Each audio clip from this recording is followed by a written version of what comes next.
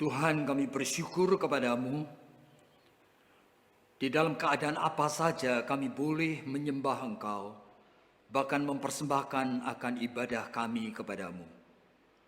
Dan kami tahu Tuhan bahwa Engkau berkenan untuk hati yang tulus, yang memang ingin dipersembahkan kepada Tuhan. Di dalam konteks, di dalam kehidupan, dalam kondisi apapun juga. Ampuni kami jikalau kami di rumah, kami lupa bahwa kami sedang beribadat kepada Tuhan. Sehingga kami lupa dan kami mohon kiranya Tuhan ampuni kami jikalau kami hanya menjadi penonton. Dan kami tidak menghormati akan Tuhan yang di dalam 1 Korintus pasal 14 mengingatkan kepada kami adalah Tuhan yang menyukai keteraturan. Sehingga kami membutuhkan suatu disiplin yang tinggi. Apalagi di dalam rumah kami Tuhan. Betapa sulitnya. Kami mohon kiranya Tuhan tolong dan ampuni kami. Barangkali ada di antara kami yang sulit sekali menghandle akan anak-anak kami. Barangkali ada yang sulit sekali bagi kami Tuhan. Untuk bisa mensikapi akan 1 jam ibadat ini. Dengan betul-betul kami memberikan hati dan pikiran kami kepada Tuhan. Tuhan tolong kami. Dan biarlah apa yang kami usahakan khususnya gereja ini. Untuk tetap menghadirkan akan konteks worship seperti ini. Tidak menjadi suatu yang sia-sia. Tolong kami Tuhan. Dan dengarkan seru sembahyang kami. Oleh karena hanya di dalam nama Tuhan Yesus Kristus. Tuhan Juru Selamat kami. Di dalam namanya yang kudus itulah kami sudah berdoa. Amin. Jadi jemaat yang dikasihi Tuhan, ini adalah bulan keluarga. Dan saya secara khusus diminta untuk menyampaikan firman Tuhan dengan tema yang tidak biasa, saudara. Yaitu temanya adalah kapal yang pecah. Jadi mungkin pengertian daripada hamba Tuhan dan majelis gereja itu memikirkan mengenai perjalanan daripada kehidupan keluarga di tengah samudra. Seringkali tanpa kita sadari adalah perjalanan pada saat kita berada di dalam kapal yang ternyata bocor, saudara. Menuju pada suatu tujuan yang kita tidak bisa prediksi lagi. Apakah di tengah jalan itu akan tenggelam? Atau kita masih bisa diberikan harapan untuk mencapai akan God purpose. Yaitu tujuan Tuhan dengan kehidupan keluarga. Jadi untuk itu saudara saya ingin membaca satu bagian dari Kejadian. Pasal yang ke-21. Dan saya memilih ini supaya saudara dan saya itu aware. Kita sadar bahwa di dalam kehidupan orang Kristen, bahkan orang yang paling baik sekalipun, yaitu bapak orang beriman, ternyata kehidupan keluarganya tidak ideal. Nah, kehidupan keluarganya berjalan di dalam kapal yang bocor, saudara. Bayangin aja. Ini adalah kehidupan dari hamba Tuhan yang terbaik, yaitu Abraham, bapak orang beriman. Ya, jadi lihat saja di dalam Kejadian pasal 21, saya tidak akan membaca semua ayatnya. Ayatnya yang kelima, adapun Abraham berumur 100 tahun ketika Ishak anaknya itu lahir baginya. Kemudian diteruskan ke ayat yang ke-9. Maka bertambah besarlah anak itu dan ia disapih. Lalu Abraham mengadakan perjamuan besar pada hari Ishak disapih itu. Pada waktu itu Sarah melihat bahwa anak yang dilahirkan Hagar, perempuan Mesir itu bagi Abraham, saat itu sudah menjadi remaja, saudara. Itu Ismail sedang bermain dengan Ishak anaknya Sarah itu. Jadi pasti bermainnya bagus sekali. Oleh karena bermain dengan anak yang baru disapih, pasti tingkah lakunya sangat sweet. Tidak mungkin jelek. Itu anak remaja ini. Lalu berkatalah Sarah kepada Abraham, usirlah hamba perempuan itu beserta anaknya. Sebab anak hamba itu ini tidak akan menjadi ahli waris bersama-sama dengan anakku Ishak. Hal ini sangat menyebalkan Abraham oleh karena anaknya itu. Tetapi Allah berfirman kepada Abraham, janganlah sebal hatimu karena hal anak dan budakmu itu. Dalam segala yang dikatakan Sarah kepadamu, haruslah engkau mendengarkannya. Sebab yang akan disebut keturunanmu ialah yang berasal dari Ishak. Waduh, saudara, ini sesuatu cerita yang menyedihkan sekali ya. Dan saya harap saudara itu berhasil bersama dengan saya untuk memahami melalui mencoba menempatkan diri di dalam kehidupan Abraham yang dicintai Tuhan ini. Jadi saudara, hari ini kita sedang berada di dalam konteks bulan keluarga. Nah, sekali lagi kita tahu Tuhan menciptakan manusia sebagai peta dan gambarnya. Semuanya di dalam design of God untuk mencapai purpose dari Tuhan yang ajaib. Yang pada saat penciptaan tentu saja bahkan sekarang saudara dan saya secara individual, saudara tidak memahami untuk apa.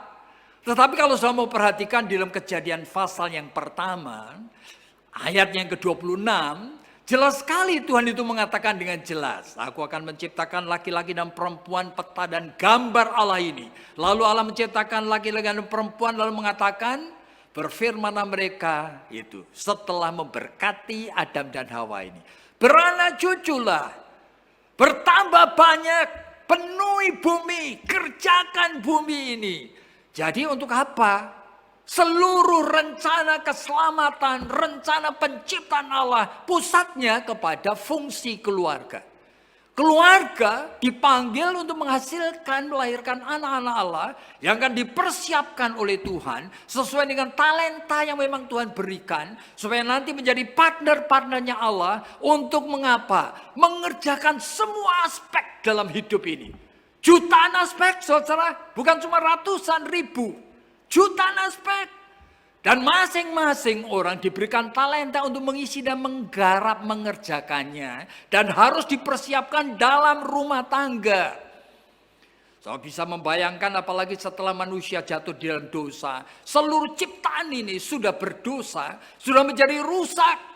Sehingga di dalam Roma pasal yang ke-8 itu Paulus mengatakan seluruh ciptaan ini mengerang-erang kesakitan, minta dibebaskan dari jerat kesia-siaan. Lalu siapa yang membebaskannya?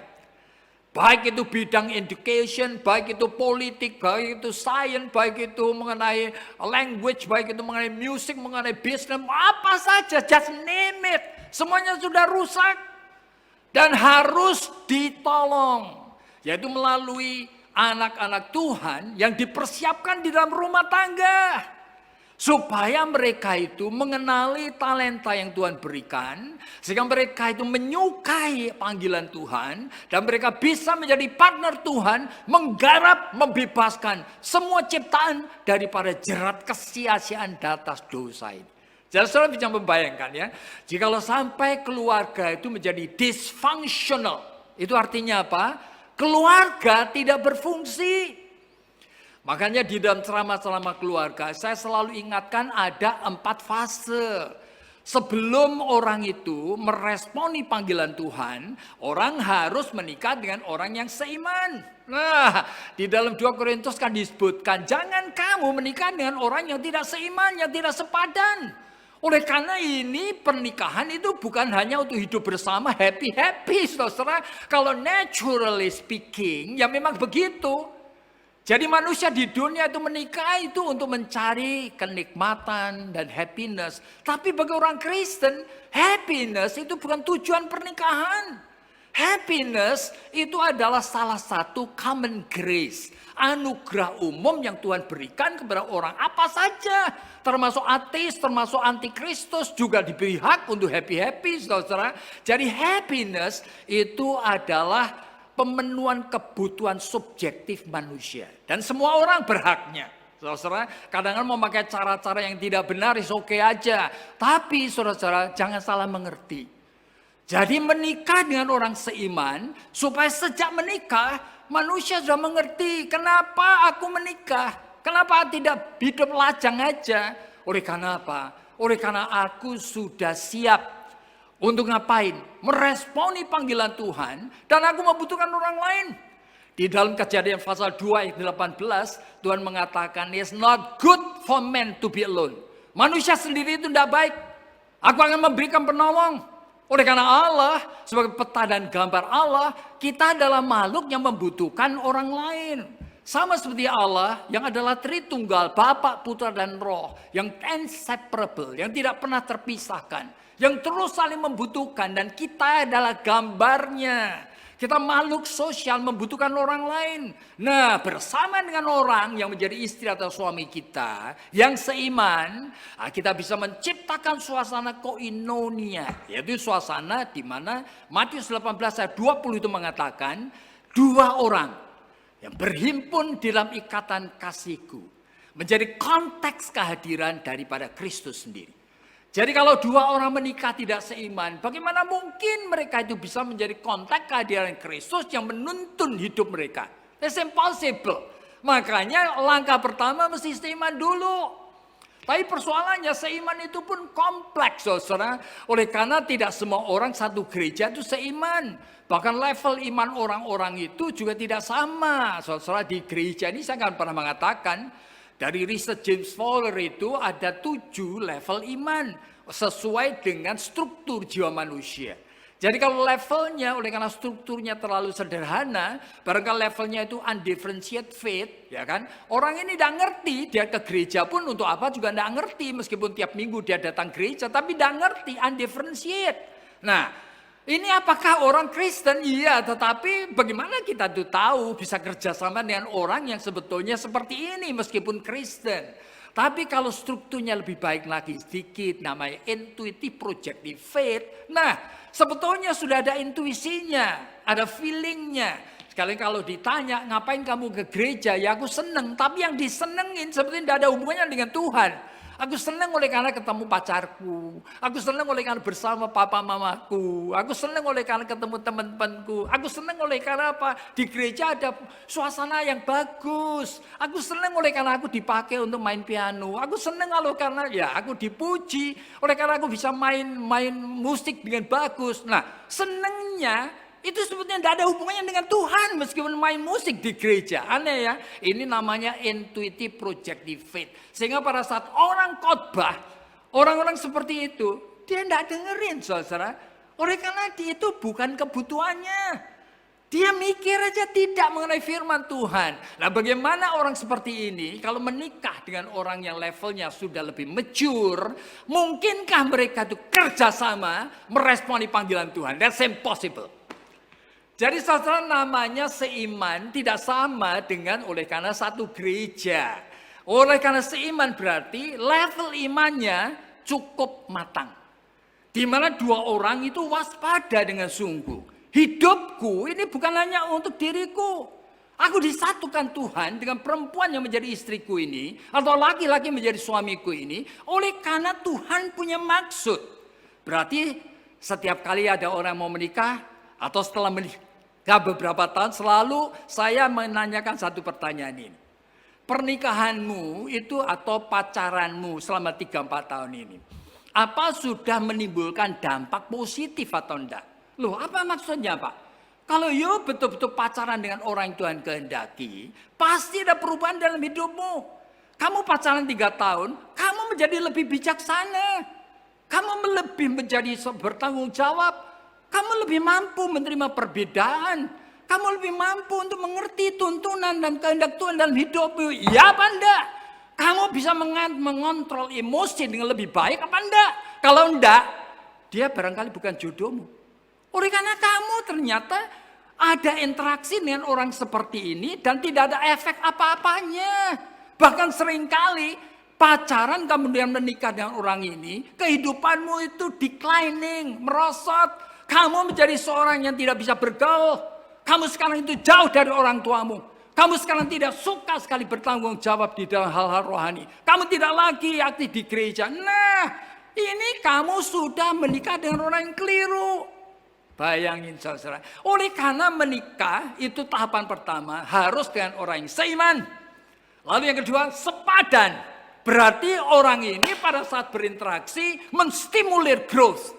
Dia akan menjadi orang yang lebih berbeda. Kalau saya menikah sudah 20 tahun, 30 tahun, saya seharusnya dibandingkan tahun yang lalu, saya menjadi seorang yang lebih baik. Saya seharusnya menjadi seorang yang lebih mencintai Tuhan. Saya seorang yang lebih bijaksana dalam menghandle uang, dalam berinteraksi dengan orang lain, dengan mengatur waktu, dengan menahan emosi. Seharusnya seperti itu. Karena apa? Tanpa sepadan tidak ada grow. Nah, kalau orang sudah mulai tumbuh, baru tuh tahapan keempat itu akan muncul. Kamu dan saya sekarang mulai siap sebagai teamwork nanti kerja sama-sama Tuhan. Untuk ngerjain apa yang Tuhan itu sudah tetapkan untukmu. Yang di dalam Efesus pasal 2 disebutkan, segala sesuatu pekerjaan yang baik sudah dipersiapkan bagi setiap orang percaya. Ya, sudah disiapkan Tuhan sebelum dunia ini dijadikan. Dan kita akan mengerjakannya. Tapi mengerjakannya setelah saudara melalui tahapan-tahapan tadi. Nah sekarang saudara mau lihat. Pada masa kita memasuki akan fase di mana kehidupan kita ini sulit sekali sekarang COVID-19. Ya kan, corona, disease ini. Semua terpaksa dirumahkan. Saudara sudah banyak kali orang sebelum ada COVID-19 aja. Mereka itu saling menghindar. Kelihatannya oke-oke, tetapi mereka tidak bisa komunikasi, saudara. Komunikasinya rusak. Orang yang tandanya komunikasi rusak itu biasanya di rumah itu selalu mencari pelarian. Macam-macam cuma nonton TV aja, ngomong seperlunya. Tidak ada keinginan dan kemampuan untuk mencipta suasana kedekatan. Ingin sekali dekat dan sharing. Ingin sekali untuk cerita mengenai macam-macam cerita yang alami hari ini. Nah, itu tidak ada, saudara. Jadi ini orang-orang yang namanya suami istri, yang macam apa kayak gini. Sekarang dipaksa hidup bersama 24 jam sehari di rumah, karena rumahnya kecil. Ya kan, TV-nya juga cuma satu, rebutan channel. Siapa dulu yang akan nonton menurut siapa? Anaknya 2, yang satu sudah mulai remaja, kurang ajar. Kalau ngomong berani bentak, berani menutup pintu dengan jebret. Waduh. Mau makan aja selalu ngomong tidak enak sekali sama maminya. Bayangin saudara. Ini keadaan tiap hari. Saudara yang kondisi di dalam rumah itu oke-oke. Saudara tidak pernah bisa membayangkan. Punya keluarga yang sebetulnya interaksinya sudah berusak sebelum ada COVID-19.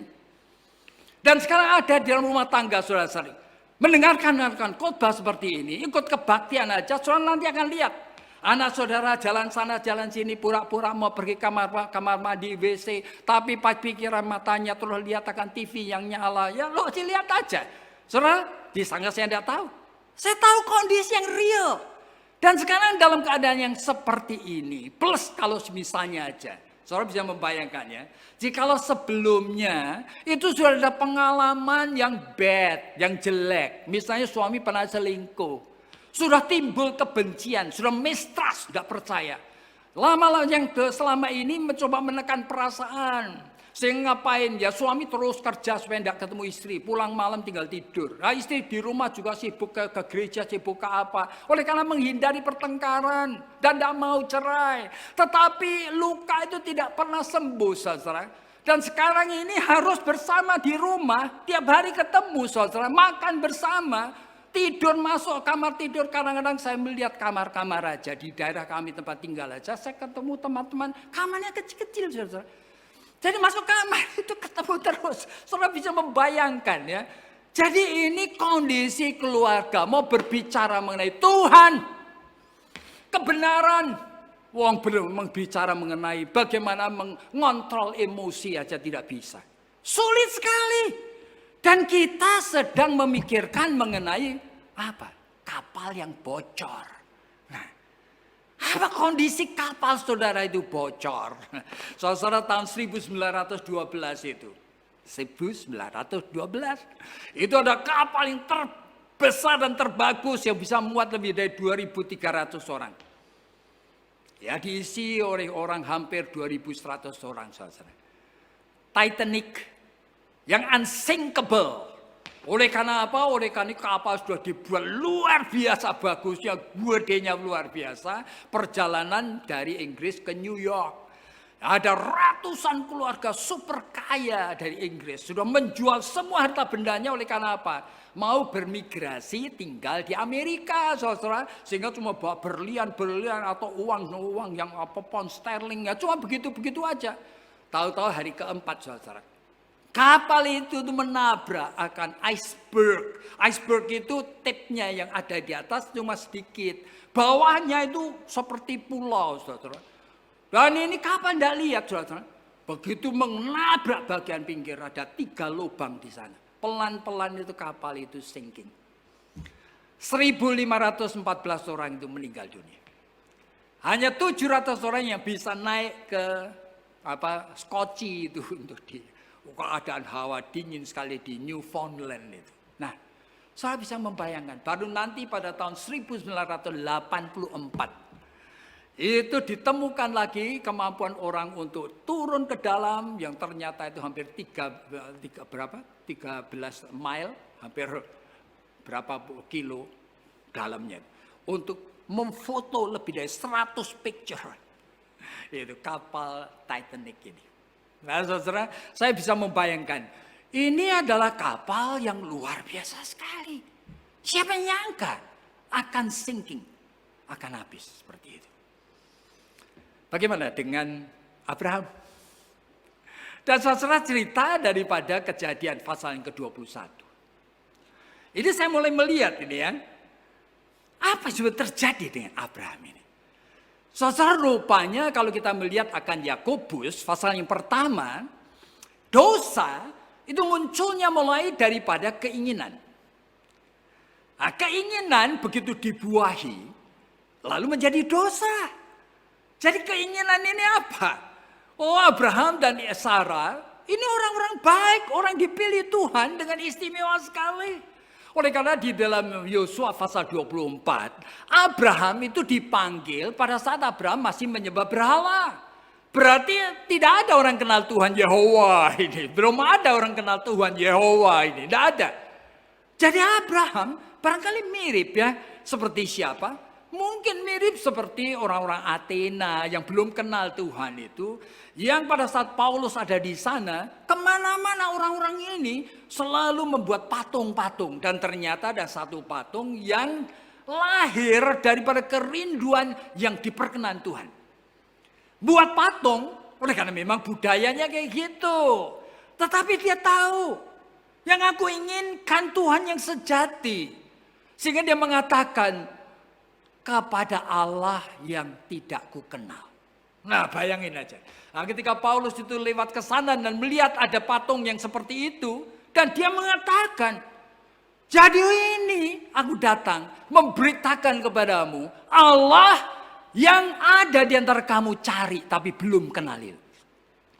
Abraham itu mirip seperti itu. Bahkan mungkin mirip seperti Yakob dan Esau. Saat itu belum jelas siapa Tuhan, meskipun sudah diberikan penyingkapan kepada Abraham, Ishak dan sebagainya. Tetapi Yakob dan Esau tidak mengerti apa itu. Tapi yang aneh, satu kali Yakob mendengar kata, Tuhan ingin memberikan berkat, dititipkan papaku. Nah, berkat Tuhan yang namanya berkat sulung itu.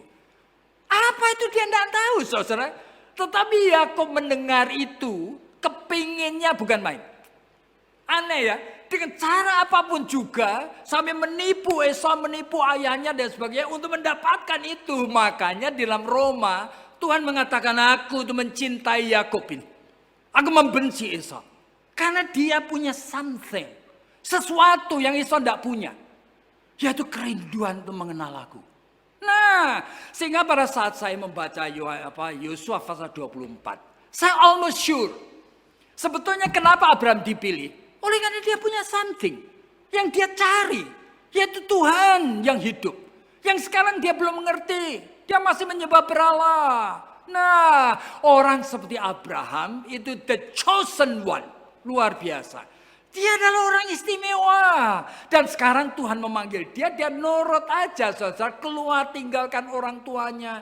Nah, dia membawa keponakannya yang namanya Lot itu. Nah, sekarang persoalannya.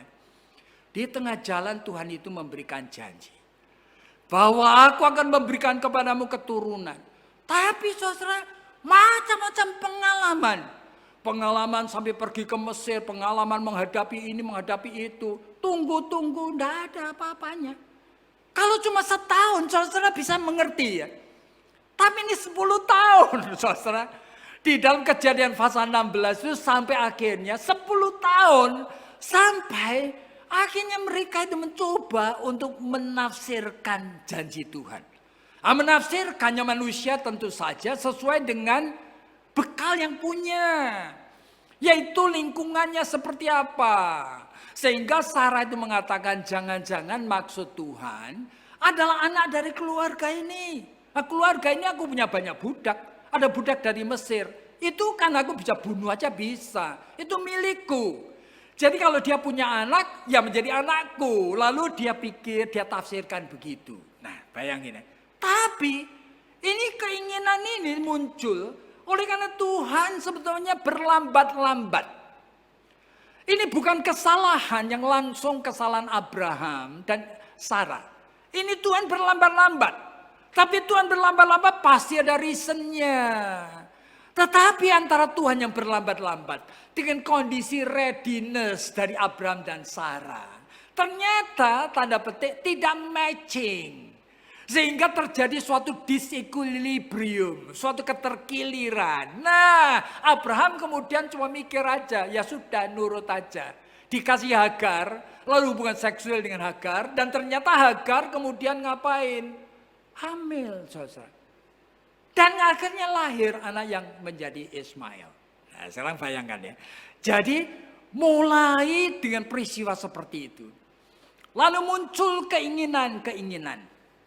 Nah, keinginannya apa sekarang? Oleh karena keinginan-keinginan ini sekarang tumbuh menjadi makin lama menjadi firm. Yaitu keinginan mencintai anaknya. Bayangin ya. Mencintai Ismail anaknya darah dagingnya sendiri masa wrong? Masa wrong? Oleh karena ini dibiarkan Tuhan tumbuh sampai remaja.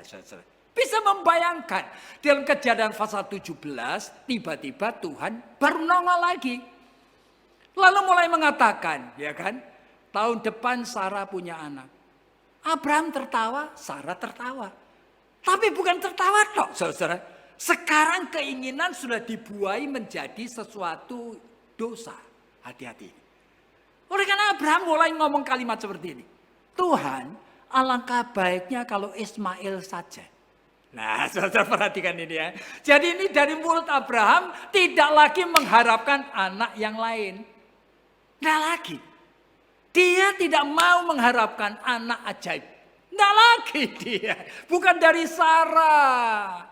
Alangkah baiknya kalau Ismail saja. Lalu Tuhan mengatakan tidak. Sarah. Bayangin saudara. Jadi ini tuh realita bertahap sudah menjadi dosa sekarang. Dan sekarang itu dosa ini sudah menjadi firm. Nah, bayangin ya. Di dalam Kejadian pasal 21 sekarang peristiwanya. Oh ternyata Sarah betul melahirkan anak. Dan setelah disapi kemudian apa? Abraham mengadakan pesta. Dan ini Ismail yang koko yang baik ini main sama adiknya. Bayangin cuma main tok. Tidak ada tanda-tanda dia jahatin adiknya. Tidak ada. Saya bisa membayangkan. Ini main sama anak kecil yang baru disapi. Ya. Tapi muncul pikiran dari Sarah. Nah ya. Dan pikiran ini sebagai pikiran jahat. Oleh karena apa? Sarah ini pencemburu sejak dulu. 2 kali Hagar diusir, saudara. Yang pertama Tuhan tetap bawa dia kembali lagi. Oleh karena apa? Tuhan melihat ini belum selesai Tuhan mempersiapkan akan hamba Tuhan ini. Sehingga biarkan kesalahannya dia harus pikul. Kamu melakukan kesalahan, kamu mesti rasakan apa itu akibatnya. Nah ini saya tidak mengerti oleh karena apa? Oleh karena tidak dicatat secara detail di dalam Alkitab. Tapi yang terjadi adalah seperti itu. Sekarang di dalam pasal 21. Kemudian ketika Sarah mengatakan, usir perempuan itu. Tiba-tiba dia eling. Hanya anak perjanjian yang akan mendapatkan warisan dari Tuhan. Tapi dirasakan Abraham jahat. Maka sebalah hati Abraham. Nah, saudara, jadi saudara bisa membayangkan ya. Jadi dari keinginan kemudian dibuai menjadi sesuatu dosa. Betul, menjadi dosa. Tapi Tuhan intervensi. Apa yang dikatakan Sarah itu? Kamu turutin. Sekarang usir Hagar itu dengan anaknya. Waduh, rumah tangga ini betul-betul bocor, saudara. Kapal ini bukan kapal yang baik lagi. Mau dibawa kemana? Tidak mengerti sekarang rumah tangga ini menjadi seperti ini. Oleh karena hadirnya orang ketiga. Anakku sendiri harus aku buang. Bagaimana aku bisa menghadapi itu? Aku sudah terlalu lama mencintai anakku ini. Boleh enggak? Tapi Tuhan tetap mengatakan, tidak boleh. Jadi saudara, ini adalah apa yang dialami Abraham. Nah sekarang bagaimana kita melihat ini dalam kaitan dengan kehidupan kita. Nah untuk bisa melihat ini dalam kaitan dengan kehidupan kita, ya kita mulai sekarang membuat analisa. Ya kan? Jadi Abraham itu sebetulnya mempunyai kesulitan-kesulitan apa sih? Saya melihat itu ada 4 aspek. Yang pertama, saudara harus tahu bahwa pribadi yang orang yang namanya Abraham ini punya masalah dengan kepribadian. Yang kedua, masalah dengan sistem hidup. Ketiga, masalah dengan precipitating factor, faktor-faktor pencetus dalam hidupnya. Yang keempat, baru masalah dengan Tuhan sekarang. Iya. Jadi saudara lihat ya, masalah kepribadian dulu. Mari kita lihat. Semua masalah di dalam hidup ini ujung-ujungnya masalah kepribadian. Tapi kalau bicara kepribadian, kamu tanya kepada saya, Pak Yakob, kepribadian itu apa sih? Personality itu apa sih? Personality itu something yang menjadi keunikan setiap orang. Yang membedakan orang satu dengan orang yang lain. Ini ada unsur herediter, turunan orang tua. Ada unsur keunikan daripada predisposing faktornya sendiri. Dan pengalaman belajar dari 3 unsur ini. Yang membuat manusia itu menjadi lain sama orang lain. Tapi saudara, bagaimana kita tahu mengenai personality A, B, C, D, E ini? Ini kadang-kadang kita tahu melalui alat tes. Misalnya, Taylor-Johnson Temperament Analytic, TGTE. Untuk apa? Untuk melihat 9 macam manifestasi dari temperamen. Oh, saya tahu ini ya. Ini orang ini emosinya kok kayak gini. Orang ini ya kan, sikapnya orang lain bagaimana? Dia toleran, dia bisa menerima perbedaan atau apa. Orang ini emosinya kerjanya bagaimana. Orang ini. Dari itu baru kita mulai tahu. Oh, dia punya temperamen seperti itu. Istilah temperamen itu memang inseparable daripada kepribadian.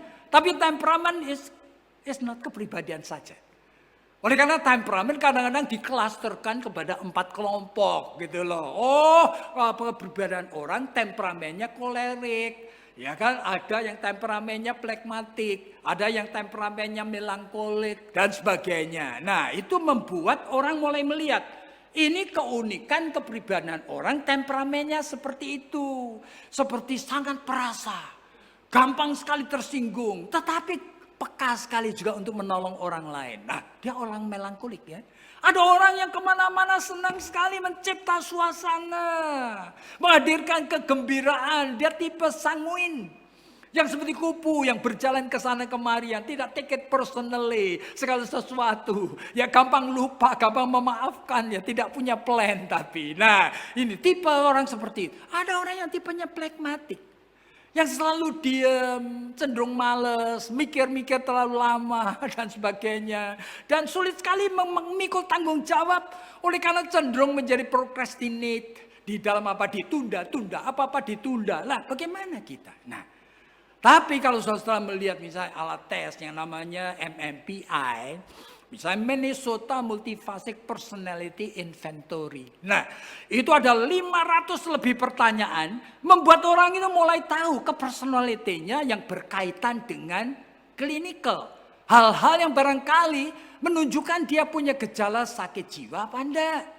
Oleh karena pertanyaannya itu menyangkut masalah kamu pernah mendengar suara atau enggak. Kamu melihat sesuatu yang orang lain tidak lihat atau enggak. Kamu kadang-kadang yakin sekali bahwa apa yang kamu pikirkan paling betul atau enggak. Dan sebagainya. Nah, bahkan sampai kepada orientasi seks segala. Ya kan? Bahkan keinginan, impulsivity untuk melakukan ini itu. Untuk gambling, untuk apa. Membuat orang itu bisa kemudian menarik. Oh, orang ini seperti ini. Nah, jadi bicara mengenai temperamen. Itu bicara mengenai personality. Dan sekarang Abraham. Kenapa menjadi masalah? Oleh karena dia satu pribadi yang ternyata temperamennya dan personality-nya itu unik. Apa itu? Satu pihak yang melihat Abraham itu satu pribadi yang punya integritas. Dia betul-betul punya prinsip hidup dalam kaitan dengan hal-hal yang penting. Ketika dia memenangkan akan peperangan dengan Sodom dan Gomora itu. Ya, raja-raja itu mau kasih uang, kasih persembahan. Tidak mau dia. Jangan sampai orang mengatakan kekayaanku itu pemberian daripada ini. Ya, dia satu orang punya prinsip, saudara. Dan dia tidak mau bersahabat dengan orang yang jahat. Dia punya prinsip, saudara. Ini seorang dengan integriti yang bagus. Oke. Tapi saya melihat dia kok gampang kali nurut istrinya ya. Dia takut sama istrinya. Jadi Sarah ngomong apa? Tidak pernah dia membantah saja. Dia cuma menyimpan dalam hati. Dia play safe. Jadi khusus dalam hubungan dengan istri, dia ingin supaya rumah tangga di rumah itu damai sejahtera gitu loh. Sehingga tipe orang yang tidak mau berkelahi sama istrinya ini. Lebih baik ngalah daripada masalah. Nah ini satu pihak itu bisa menjadi sumber masalah. Akibatnya apa? Dia mengambil Hagar karena apa? Usul istrinya. Tapi pihak yang lain, dia juga tanda petik. Dengan kelemahan itulah, Tuhan akhirnya itu membuat intervensi. Berarti, kehendak istrinya benar. Karena kehendak istrinya salah, membuat Abraham berbuat dosa. Sekarang dalam Kejadian 21, kehendak istrinya ngusir Hagar, Tuhan setuju. Wah, ada saudara bayangkan ya. Jadi hidup ini tidak gampang. Ini kompleks sekali. Jadi hidup yang seperti ini kadang-kadang sudah mencipta berbagai macam sistem. Nah, sistem dalam kehidupan, wah ini namanya sistem, itu sesuatu yang tidak ada penciptanya, saudara. Kadang-kadang penciptanya itu hanya oleh karena apa? Oh, karena nenek yang sudah pikun tinggal serumah. Kenapa? Lalu terpaksa seluruh keluarga melayani, gitu loh, melayani. Jadi apa yang diutamakan adalah emakku ini, nenekku ini. Nah, the whole system bergerak clustering around the grandmother. Nah ini menjadi sistem sekarang.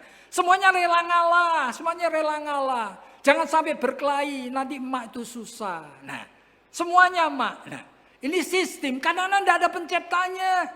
Tapi saudara kalau mau lihat hubungan Abraham dan Sarah, saudara yang belum belajar akan psikologi, mungkin tahu ya pada tahun 60-an atau 70-an itu sebetulnya ada teori transactional analysis namanya. Jadi teori dari Eric Berne yang dikembangkan oleh Thomas Harris itu I'm okay, you're okay itu. Itu ternyata menolong orang untuk melihat bahwa manusia dari kecil itu belajar untuk memainkan peran tertentu. Apakah peran sebagai orang tua, apakah peran sebagai orang dewasa atau peran sebagai anak. Dan ini berkaitan berinteraksi dengan pasangannya. Kalau dia perannya adalah peran orang tua yang mau merintah, ya kan mau minta, mau mengatur, mau mengontrol. Nah ternyata pasangannya nurut, dia memainkan peran anak. Ambilkan aku gelas, ya kan. Ayo pergi sana ambilkan handuk, ya, no problem, Roma. Tapi kalau ini lawannya dia memakai peran yang namanya itu counter daripada transaction tadi. Transaksinya menjadi silang. Konflik, saudara. Dan Abraham itu tipenya adalah memainkan peran yang selalu paralel.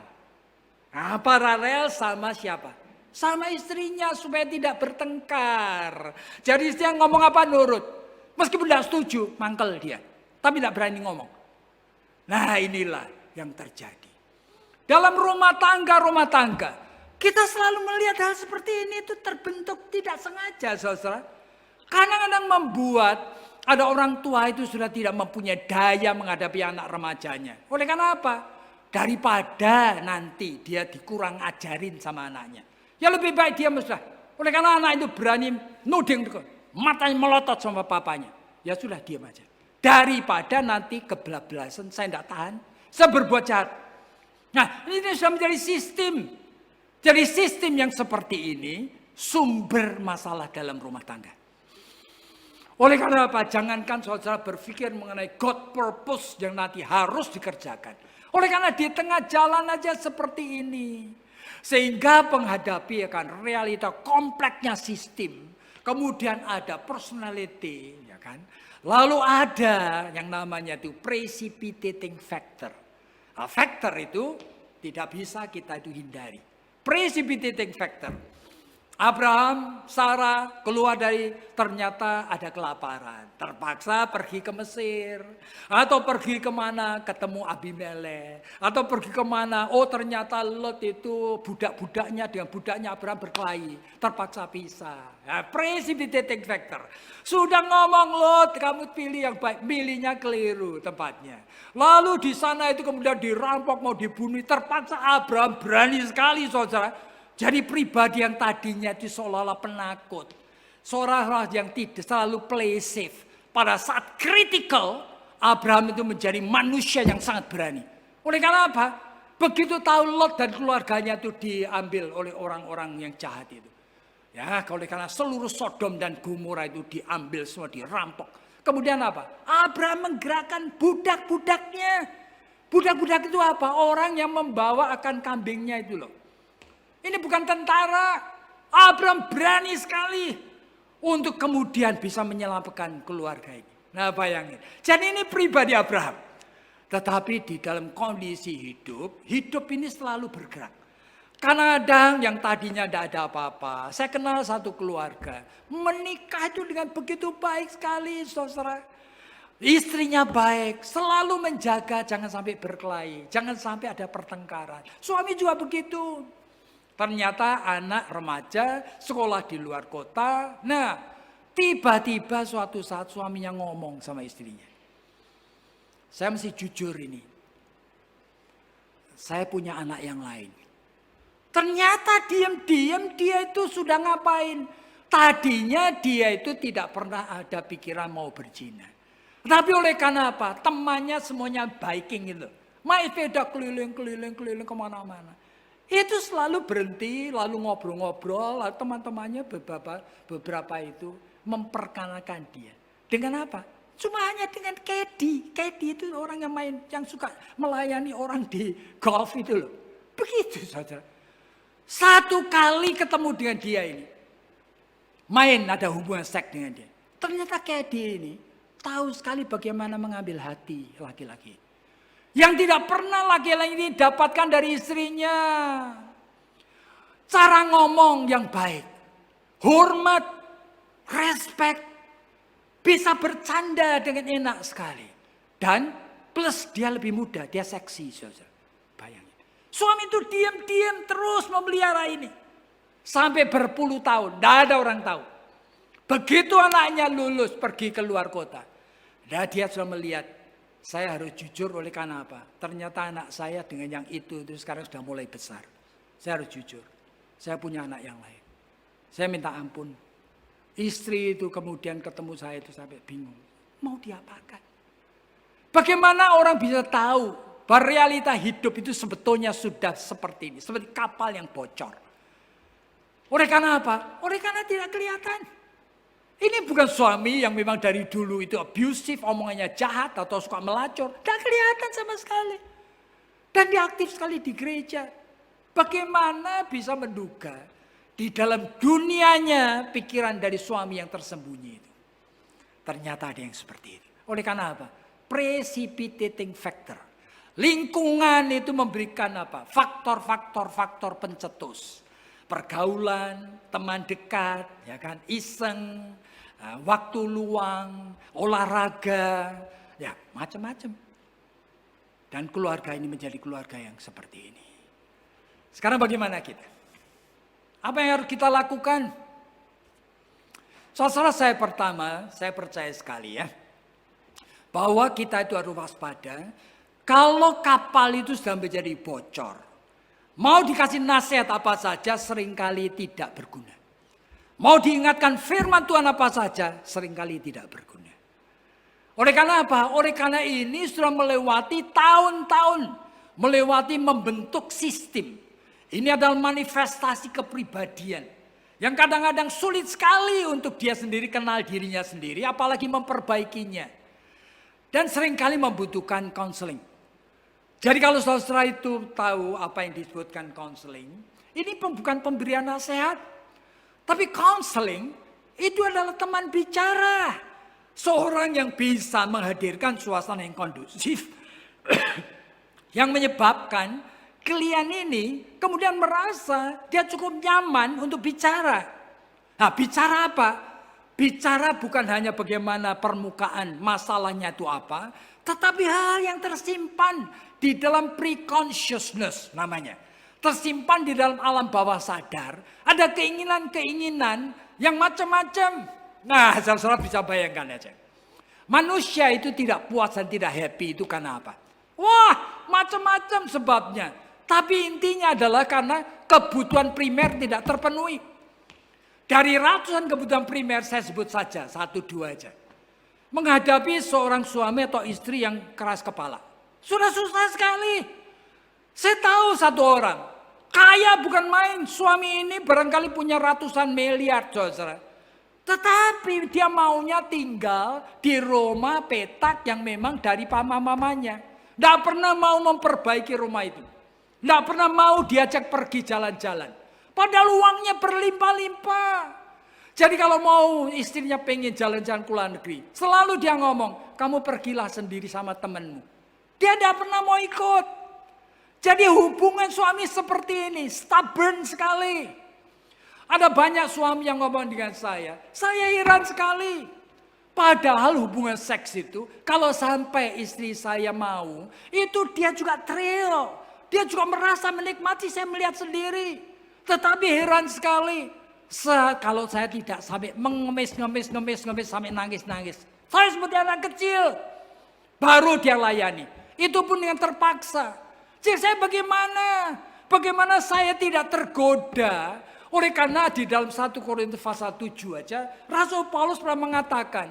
Jangan kamu menjauh satu dengan yang lain. Kamu harus memuaskan hubungan seks ini. Kecuali sebab doa. Itu kata-kata Paulus. Kamu manusia darah daging. Kamu tidak tahan bertanak. Tapi menghadapi istri yang stubborn. Yang tidak punya kebutuhan seks. Gimana saudara? Saudara bisa membayangkan. Seorang suami sampai mengeluh kepada saya dengan kalimat yang sederhana sekali. Dia mengatakan, saya pengen istri saya itu rambutnya panjang, Pak. Dulu ketika remaja, ketika kita pacaran panjang. Tapi setelah itu dipotong. Dan sudah begitu dia kemana-mana. Kalau di rumah terus pakai daster. Dia kemana-mana pakai pakaian. Itu yang bagi saya itu old fashion, Pak. Itu oleh karena apa? Dia mencintai mamanya. Mamanya itu selalu kasih kepada dia pakaian-pakaian. Pakaian lama itu loh. Dipakai saudara. Jadi saya sebagai suami kan bisa membelikan 100 pakaian terbaik aja saya bisa. Tapi dia tidak nurut. Bagaimana? Jadi yang seperti ini. Ada suami sampai ngomong dengan saya dengan sederhana sekali. Katanya adalah. Saya pengen kadang-kadang itu seminggu sekali lah kita keluar makan di restoran. Ya, makan ini, makan itu kan enak. Makan pizza lah, makan. Istriku selalu mau ngapain? Masak sendiri. Dan memaksa saya satu keluarga makan di rumah. Jadi hidup ini tidak fun. Ini hanya masalah stubborn. Bayangkan, banyak masalah mengenai orang yang keras kepala. Dia berpikir, dia punya prinsip. Padahal menyiksa suaminya, menyengsarakan istrinya, membuat hidup ini tidak fun, tidak bisa dinikmati. Uang yang Tuhan limpahkan, itu dipakai untuk hal yang dia tidak bisa nikmati. Saya bisa membayangkan. Ini juga kalau cuma 1 hari, 1 minggu, 1 tahun, oke. Berpuluh-puluh tahun. Sehingga saya bisa membayangkan. Membayangkan ya. Oleh karena ada orang pasangan kemudian cerai. Oleh karena suaminya dari dulu tidak pernah dilayani hubungan seks. Terpaksa sekarang itu main dengan apa? Sekretarisnya yang ada di kantornya. Padahal dia tidak mencintai orang itu. Hanya untuk seks. Sampai saya heran sekali, ngapain mendapatkan perempuan kayak gitu. Tidak ada cinta, hanya seks. Kalau laki-laki itu pada umumnya, seks itu seperti orang mau mencret itu loh. Jadi sakit perut, cret, sudah pergi. Tidak ada pikiran apa-apa laki-laki, seringkali begitu. Tapi realitas seperti itu. Nah sekarang dalam kondisi yang seperti itu. Sekarang hubungan dari suami istri. Istri tidak bisa memaafkan. Seumur hidup tidak bisa memaafkan. Padahal bertahun-tahun setiap kali minta seks. Suami itu menjadi apa? Pengemis. Hilang muka. Tidak punya harga diri sama sekali.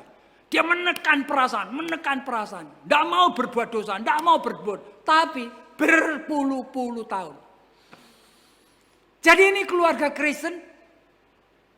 Mencintai Tuhan katanya.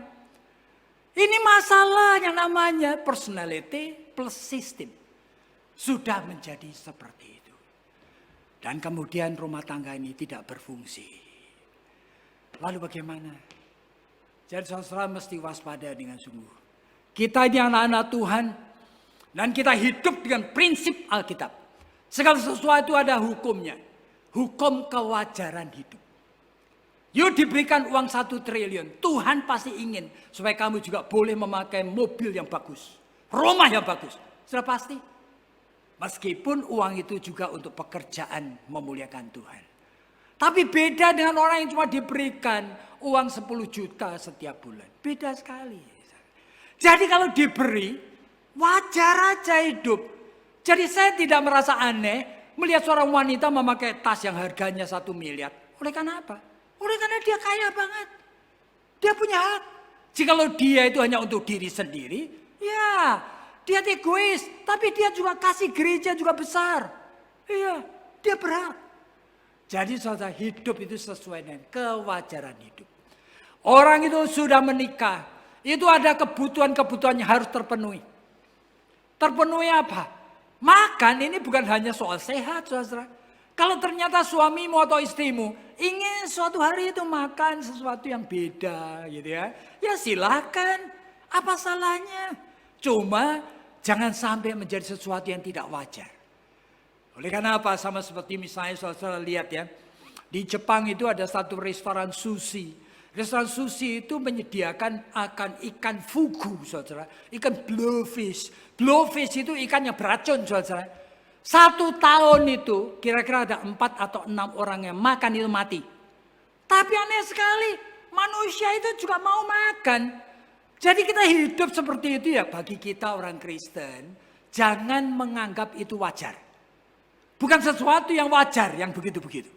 Tetapi makan, atau kita memakai uang untuk ini, untuk itu. Yang sebagai kesesuaian dengan kebutuhan kita. Saudara, wajar. Yang kedua itu adalah hukum hati nurani. Setiap orang harus memakai hati nurani. Kalau tahu suamimu itu sampai menekan perasaan seperti itu. Hanya masalah apa? Masalah seks. Waduh, bagi saya memalukan sekali. Apa itu? You punya concern atau tidak? You kasihan kepada orang lain. Tapi terus menyiksa suamimu hanya dengan prinsip seolah-olah. Ya kan? Kamu orang Kristen, pikirannya jangan seks. Waduh. Mati gitu. Kenapa menikah? Kenapa menikah kalau itu tidak mau memberikan pelayanan seksual? Oleh karena love itu bukan hanya komitmen. Love itu bukan hanya keputusan untuk kita setia. Love itu harus ada intimasinya. Love juga harus ada passionnya. Makanya jangan heran. Begitu passion itu ada. Dipakai. Abraham. Itu pada Kejadian pasal 17, dia itu mentertawakan kata-kata Tuhan. Oleh karena apa? Oleh karena dia usianya 99 tahun. Mana mungkin? Ya kan? Sarah usia 90 tahun. Mana mungkin? Tapi Tuhan ingin ada passion. Sehingga hadir passion. Langsung hubungan mereka, hubungan seksual. Lalu melahirkanlah Ishak. Nah, passion yang sudah hadir memang kemudian tidak mati, saudara. Abraham pakai terus. Saudara bayangkan, sampai sampai Sarah sudah meninggal dunia. Kejadian pasal 25, Abraham mengambil istri lagi. Siapa? Keturah. Dari sana dia lahir 6 orang anak. Bayangin, memang secara manusia itu kita jadi malu. Usia Abraham barangkali sudah 110 tahun. Kok masih mau lagi? Oleh karena apa? Passion masih ada. Dan Tuhan tidak marah. Aneh ya. Ini passion is from God. Passion itu bukan oleh karena manusia itu terjebak pada seks. No. Passion is from God. Sehingga saudara, kita sebagai orang Kristen ya hidup di dalam prinsip yang Tuhan itu beri. Jadi pada saat kita hidup dalam prinsip Tuhan beri, kita nanti akan kebenturan dengan apa? Dengan dosa kita. Dosa keras kepala. Dosa maunya sendiri. Dosa yang jahat. Kita barangkali itu menyengsarakan istri atau suami. Nah, baru kita mulai pikir bagaimana kita bisa menyelesaikannya. Saudara, di gereja ini pernah mungkin saya katakan mengenai satu istilah. Yaitu istilah bahwa dosa manusia itu tersimpan di dalam hati. Hati itu kardia. Tapi kalau saya sebut kardiolog, itu ahli jantung, hati tidak sama dengan jantung. Hati yang disebut dalam Alkitab, itu adalah the internal condition. Kondisi batinnya. Yang menyimpan semua dosa. Dan sekarang Tuhan mengatakan, hati mesti ditembusi. Dengan apa? Dengan firman. Jadi kalau firman tidak masuk ke dalam hati, bertemu dengan dosa dan mematikannya, hati tetap menyimpan itu. Hati-hati ini. Makanya dalam Ibrani pasal 4 dikatakan, firman Tuhan harus seperti pedang bermata dua. Menebusi hati, memisahkan akan sumsum dan tulang. Waduh, luar biasa sekali. Tapi saudara perhatikan, ini istilah saja. Hati kardia ini, pada saat dikaitkan dengan dua anugerah Tuhan, ini sudah menjadi hati nurani. Kalau dia kaitkan dengan common grace, ini hati nurani manusia yang namanya sudah bukan kardia lagi, tapi suneidesis. Begitu menjadi suneidesis, manusia non-Kristen pun bisa menjadi orang baik. Bisa mencintai orang tua. Bisa melayani orang yang susah. Oleh karena hati berkaitan dengan common grace of God. Tapi bagi orang Kristen, hati ini dikaitkan dengan apa? Dengan anugerah khusus. Bukan dengan common grace saja, tapi dengan special grace. Sehingga suneidesis orang Kristen, hati nurani, Ibrani pasal 9 mengatakan, sudah disucikan oleh darah Kristus. Bukan firman, tetapi kuasa darah Kristus. Nah sekarang pada saat hati dan hati nurani ini disucikan, itu jiwa manusia itu pintunya terbuka. Sebelumnya tertutup. Sehingga roh manusia yang sudah dilahirkan baru, meskipun dengar firman Tuhan, dengan ceramah, dengerin khotbah seperti ini, roh manusia cuma gelisah, cuma guilty, tidak bisa keluar, tidak bisa mengatasi dosa. Begitu hati dan hati nurani itu mulai dibebaskan oleh dosa, terbukalah jiwa manusia. Roh manusia keluar, ngapain? Sekarang roh manusia bisa memakai mata, bisa memakai telinga, bisa memakai perasaan, bisa memakai kata, bisa memakai tangan. Untuk apa? Kemuliaan Tuhan. Itu yang disebutkan dalam Roma. Di mana Rasul Paulus mengatakan dengan very clear. Supaya semuanya menjadi senjata rohani. Tapi sampai sekarang ini orang tidak mengerti.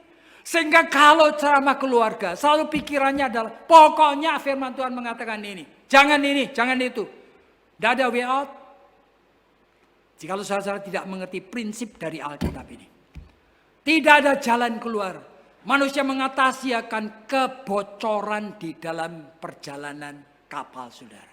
Tanpa saudara mengalami pertobatan. Nah, pertobatan terjadi pada saat saudara mulai kenal diri sendiri. Saya orang seperti ini.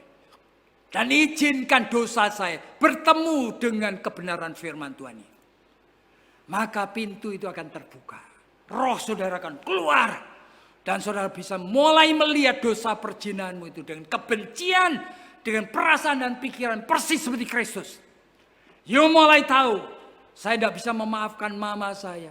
Itu saya dengan pikiran perasaan seperti Kristus. Sehingga saya benci sekali dosa seperti ini. Hal seperti itu impossible. Jikalau betul-betul roh itu tidak keluar dari jebakan jiwa yang seperti ini. Oleh sebab itu saudara, untuk apa kita adakan bulan keluarga? Ini hanya bukan mengulang untuk mengingat-ingatkan. Suami mesti apa, istri mesti apa, anak mesti apa, menantu mesti apa. Tinggal aku mesti gini, tinggal aku begitu. Supaya kita kembali lagi tahu. Tuhan yang mendesain keluarga. Dengan purpose yang mulia. Jangan sampai keluarga saudara di tengah samudra hidup ini. Itu seperti kapal yang bocor. Mari kita tambal, yang hanya bisa menambal itu hanya Tuhan saja. Darah Kristus. Oleh karena suni deisis, yaitu hati nurani manusia, disucikan oleh darah Kristus. Dan biarlah kita mengucap syukur kepada Tuhan. Kita hampiri hadiratnya. Dan kita katakan, Tuhan terima kasih. Masih ada pengharapan untuk keluargaku. Bukan hanya dalam keluargaku tidak ada pertengkaran. Tapi keluarga yang fungsional. Yang berfungsi seperti apa yang Kau kehendaki. Mari kita tunduk kepala dan kita berdoa. Tuhan terima kasih oleh karena kami tahu bahwa firman-Mu tidak akan hilang dengan sia-sia. Kami percaya Tuhan akan menolong kami. Sehingga kami boleh bukan hanya mengenalkan kelemahan oleh karena kepribadian dan sistem dalam rumah tangga kami. Tapi kami mulai tahu hanya Engkau Tuhan yang bisa menolong kami. Bisa menuntaskan masalah dosa di dalam jiwa kami. Dengarkan doa kami. Tolong kami oleh karena hanya dalam nama Tuhan Yesus Kristus. Kami sudah berdoa. Amin.